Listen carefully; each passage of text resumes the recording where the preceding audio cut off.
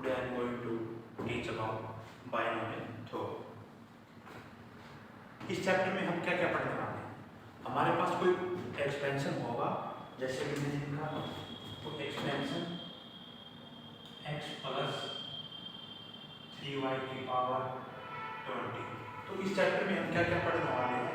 इस एक्सपेंशन की middle term क्या होगी, टोटल नंबर ऑफ टर्म क्या होगी, ग्रेटेस्ट टर्म क्या होगी, कोफिशिएंट ऑफ ग्रेटेस्ट टर्म क्या होगा, ये सब कुछ इस चैप्टर में हम पढ़ने वाले हैं। तो ये चैप्टर स्टार्ट करने से पहले मैं आपको परमुटेशन और कॉम्बिनेशन का कुछ क्विक रिवीजन करवाता हूँ। आइए देखिए, जैसे NCR क्या होता है हमारे पास, n factorial upon r factorial into n minus r factorial. Second point NC0 कितना होता है हमारे पास, 1।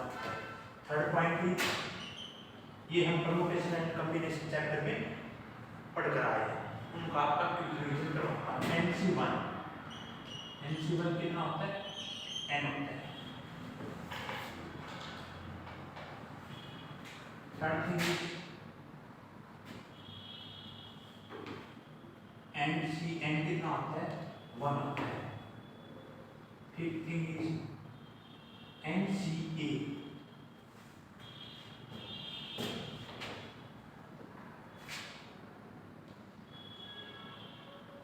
प्लस NCB कितना होता है हमारे पास,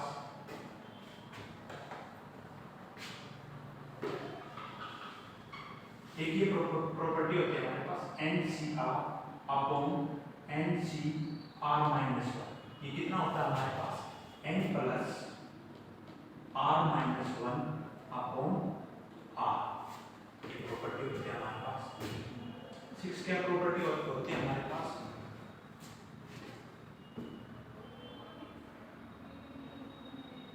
if NCA is equal to NCB है तो क्या प्रॉपर्टी होती है हमारे पास, n होगा वो क्या होगा, n is equal to A plus B।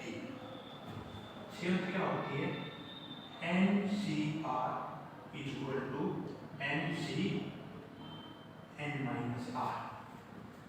ये हम परमुटेशन कॉम्बिनेशन के चैप्टर में पढ़ के आए हैं। इन प्रॉपर्टी का इस चैप्टर में यूज होगा, जो आपने रिवीजन करवा दी। आइए हम चैप्टर की पढ़ाते हैं बाइनोमियल थ्योरम।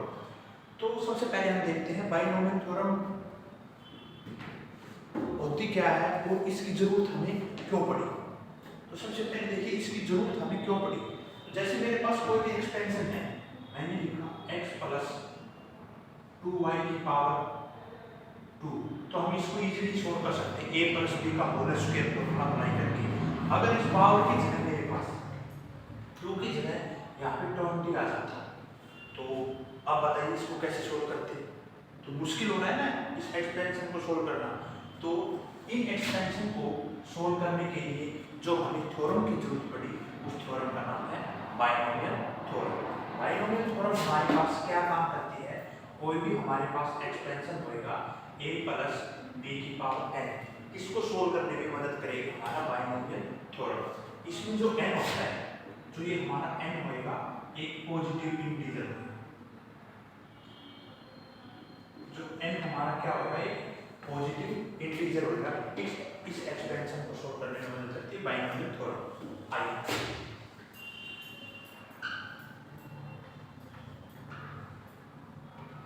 अब देखिए बाइनोमियल जो थ्योरम है, इसको सोल्व करने के लिए जो हमें जनरल टर्म मिली, जो इसका a प्लस b की पावर n, तो इसको सोल्व करने के लिए पास्कल नाम का मैथमेटिशियन होता था, उसने सबसे पहले इसके ऊपर वर्क किया। आइए देखते हैं कैसे। उसने एक ट्रायंगल दी, पास्कल ट्रायंगल। देखिए क्या होती है पास्कल ट्रायंगल। जैसे पास्कल नाम का कोई मैथमेटिशियन था पास्कल, इसने पास्कल ट्रायंगल दी।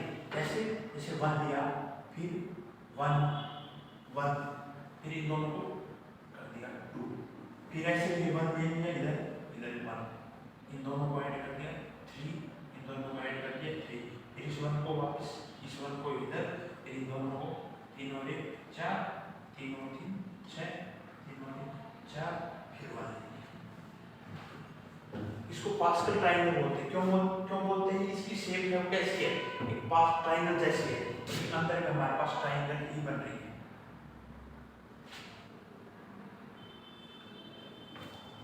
तो ये पास्कल ट्रायंगल ने क्या वर्क किया? ये जो कोई भी हमारा एक्सपेंशन होता है उसके कोफिशिएंट को लेके वर्क किया। कोफिशिएंट इसमें n की वैल्यू कितनी होती है हमारी? 0। यहाँ पे n की वैल्यू कितनी होगी? 1। यहाँ पे n की वैल्यू 2, यहाँ पे n की वैल्यू 3 और यहाँ पे n की वैल्यू 4। आइए कैसे? उसने ये ट्रायंगल की मदद से जैसे उसने चेक किया a प्लस b की पावर 0 है, n कितना है इसमें?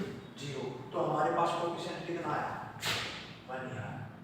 फिर ये है n बराबर 0 के लिए। इफ n की वैल्यू में 1 देता तो देखिए a प्लस b की पावर 1, तो a n की वैल्यू 1 के लिए हमारे पास कोफिशिएंट कितना है? 1 और 1। तो हम लगा देंगे यहाँ पे 1a + 1b, ये 1 है। जब n की वैल्यू 2 लेता a प्लस b का होल स्क्वायर, तो हमारे पास क्या कोफिशिएंट आया? 1 2 1 1 2 1। अब देखिए इसने पावर को कैसे दिया? सबसे पहले बड़ी बात, इस पावर को लिख लिया पूरी कंप्लीट को a स्क्वायर। a पावर को डिक्रीज करता हुआ है और इस पावर को इंक्रीज करता हुआ है। b की पावर 0, b की पावर 1 प्लस b की पावर 2। यही हमारे पास फॉर्मूला होता है प्लस b का होल स्क्वायर। a स्क्वायर किसी की पावर 0 कितनी होती है? 1 होती है।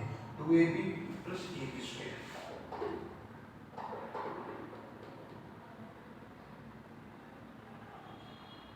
a की पावर को डिक्रीज करता हुआ है 2, यहाँ पे 1 है, यहाँ पे 0।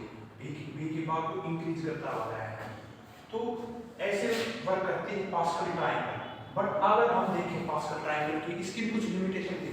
हम कितनी ट्रायंगल को बना सकते हैं? ज़्यादा से ज़्यादा 7 8 10। उससे आगे अगर मैं बोलूँ आपको a प्लस b की पावर 20, तब क्या हम ट्रायंगल बना के फिर कोफिशिएंट को फिर इनको डिक्रीज करते लिखेंगे? तो ये इसकी कुछ लिमिटेशन थी। बट पास्कल ने इसी कॉन्सेप्ट को यूज करते हुए हमें बाइनोमियल थ्योरम दी। कैसे?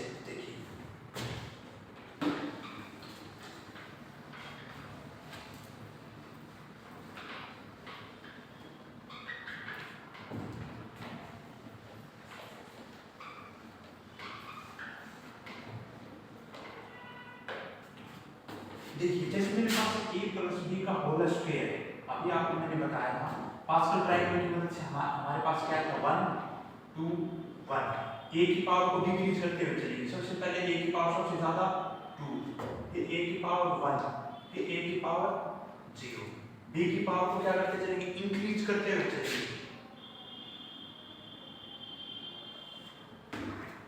b की पावर 0 प्लस b की पावर 1, b की पावर 2।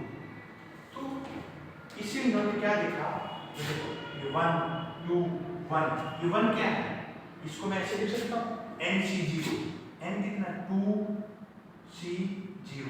इस 2 को मैंने क्या लिखा? 2c1। इसको क्या लिखा? 2c2। अब देखिए 2c0 a की पावर 2 b की पावर 0, 2c1 a की पावर 1 b की पावर 1, 2c2 a की पावर 0 b की पावर 2। तो इसी कॉन्सेप्ट का यूज करते हुए इसने हमको बाइनोमियल थ्योरम को एक्सप्लेन करने का एक जनरल एक्सप्रेशन दिया। क्या? a प्लस b की पावर n। तो सबसे पहले nc0, जैसे यहाँ था 2c0, nc0 a की पावर 2 मतलब 2 माइनस 0, तो n माइनस 0 b की पावर 0 प्लस nc1 a की पावर n माइनस 1 b की पावर 1 प्लस nc2 a की पावर n माइनस 2 a की power 2 and so on ncn a की power n minus n b की power n। ये हमारे पास क्या है? कोई भी एक्सपेंशन को खोलने का जनरल एक्सपेंशन है। अब देखिए अगर इसमें हम जनरल टर्म निकालें तो देखिए nc0 nc1 nc2 up to ncn, तो हम इसको ऐसे लिख सकते हैं एन सी आर समेशन दिया, आर हमारा 0 से लेके एन तक है। ए की पावर कितनी है, एन माइनस 0 एन माइनस 1, ए की पावर कितनी हो जाएगी, एन माइनस आर। बी की पावर 0 कितनी है, आर। तो ये हमारे पास क्या आ गया, जनरल एक्सप्रेशन आ गया बाइनोमियल का। Summation r equal to 0 to 1 n C r a की power n minus r b की पावर आर। अब इसमें हमने कोई भी टर्म निकालनी हो, जैसे मैं आपको कहूँ थर्ड टर्म निकालो, तो हम क्या लिखेंगे, एन सी 3 ए की पावर, जैसे थर्ड ये टर्म कोई भी टर्म निकालो तो आर उसी को पुट कर देंगे, आर को पुट कर देंगे। अब देखिए हमारे पास किसका फॉर्मूला है, देखिए यहाँ पे देखिए, जब r की वैल्यू 0 है तो ये कौन सी टर्म है, फर्स्ट टर्म। जब r की वैल्यू 1 है तो कौन से नंबर की टर्म है, सेकंड है। तो हम इसको लिखेंगे tr प्लस में 1 का फॉर्मूला हो गया। क्यों, ये r प्लस 1 है तो यहाँ पे nth टर्म के लिए हो जाएगा फॉर्मूला। जब मेरे को फिफ्थ टर्म निकालनी हो तो हम r कितना लेंगे, r4 4 प्लस 1 फिफ्थ, तो r की वैल्यू 4 ले लेंगे। ये हमारे पास जनरल फॉर्मूला है कोई भी एक्सपेंशन को सोल्व करने का।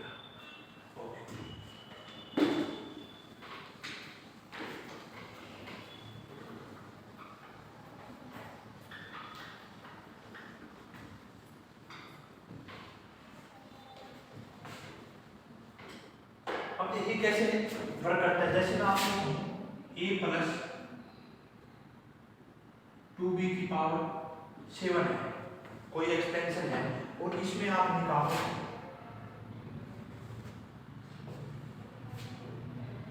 सेवन टर्म निकालो कितनी होगी। तो हमें पता है टी आर प्लस 1 का फॉर्मूला क्या होता है, एन सी आर ए की power n minus are a की पावर आर। हमें कौन सी टर्म चाहिए, 7।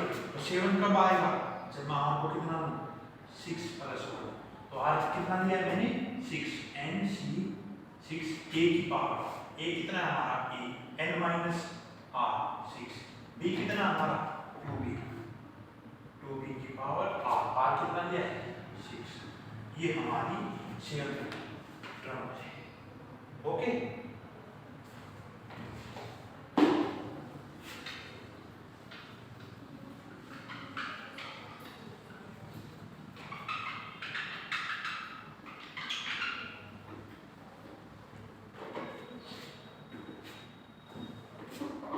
अब देखिए हमारे पास, जैसे मैं लिखा a प्लस b की पावर 0 1, a प्लस b की पावर 1 a प्लस b की power 2 a square plus 2ab plus b square. यहाँ पे देखिए अगर पावर 0 होती है तो कितनी टर्म आई हमारे पास 1, अगर पावर 1 होती है तो कितनी टर्म आई 2, अगर पावर 2 होती है तो कितनी टर्म आई हमारे पास 3 टर्म आई। ऐसे ही अगर मेरे पास a प्लस b की पावर n होगी तो इसमें कितनी नंबर ऑफ टर्म होगी, n प्लस 1। अब देखिए हम मिडिल टर्म के क्वेश्चन, मिडिल टर्म की कॉन्सेप्ट को समझते हैं।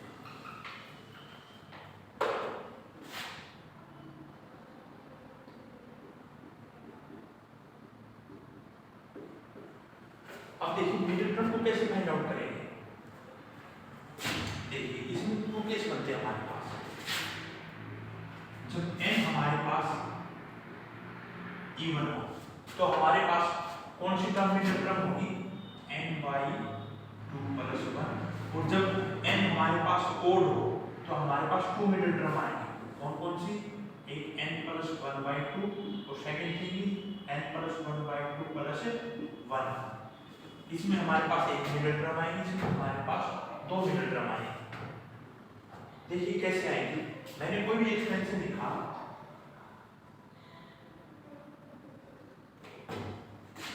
2 प्लस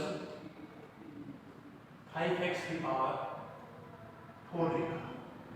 तो आप बताइए इसमें मैंने अभी आपको बताया टोटल नंबर ऑफ टर्म कितनी होगी 5, 1 2 3 4 5। तो इसमें मिडिल टर्म कौन सी होगी, देखो दो छोड़ दो, दो इधर, ये वाली हमारी मिडिल टर्म होगी। कौन से नंबर की, 1 2 3, तीसरे नंबर की टर्म आगे हमारी क्या होगी, मिडिल टर्म, एक की टर्म होगी जब इवन होगा। मैंने फॉर्मूला भी आपको ये लिखवा है, जब भी इवन हो उसको 2 से डिवाइड कर दो और 1 ऐड कर दो, तो कितना आया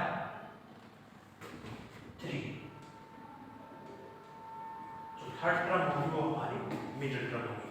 अब देखिए ओडी केस में दो कैसे मिडिल टर्म मिलती है हमारे पास। अगर मान लो 4 पावर 4 ना होगी 5 है, देखो 1 2 3 4 5। अब देखिए मिडिल टर्म कौन सी होगी, इन दोनों को छोड़ दो, इन दोनों को छोड़। तो टोटल टर्म कितनी, अगर पावर 5 है तो टोटल नंबर ऑफ टर्म कितनी होगी, 6 होंगी। मैंने आपको अभी बताया। देखना अगर मैं दो इधर से छोड़ देता हूँ, दो इधर से छोड़ देता हूँ, तो मिडिल में हमारे पास कितने टर्म आए, 2 टर्म आए। तो मैंने आपको ये बताया था अगर n ओड होगा तो हमारे पास 2 मिडिल टर्म आएंगी। कौन कौन सी आएंगी, n + 1/2, 5 + 1 6, 6/2 थर्ड टर्म 8 की आएगी हमारी t3 and second is t4। अब third term and fourth term को आप इजीली फाइंड आउट कर सकते हो। मैंने आपको जस्ट फॉर्मूला लिखवाया था उसी की हेल्प से। ये मिडिल टर्म का कॉन्सेप्ट है।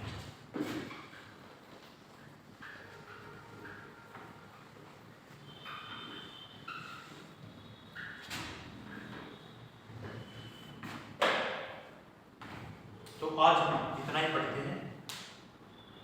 I hope this video will be very helpful for you. Okay, thank you.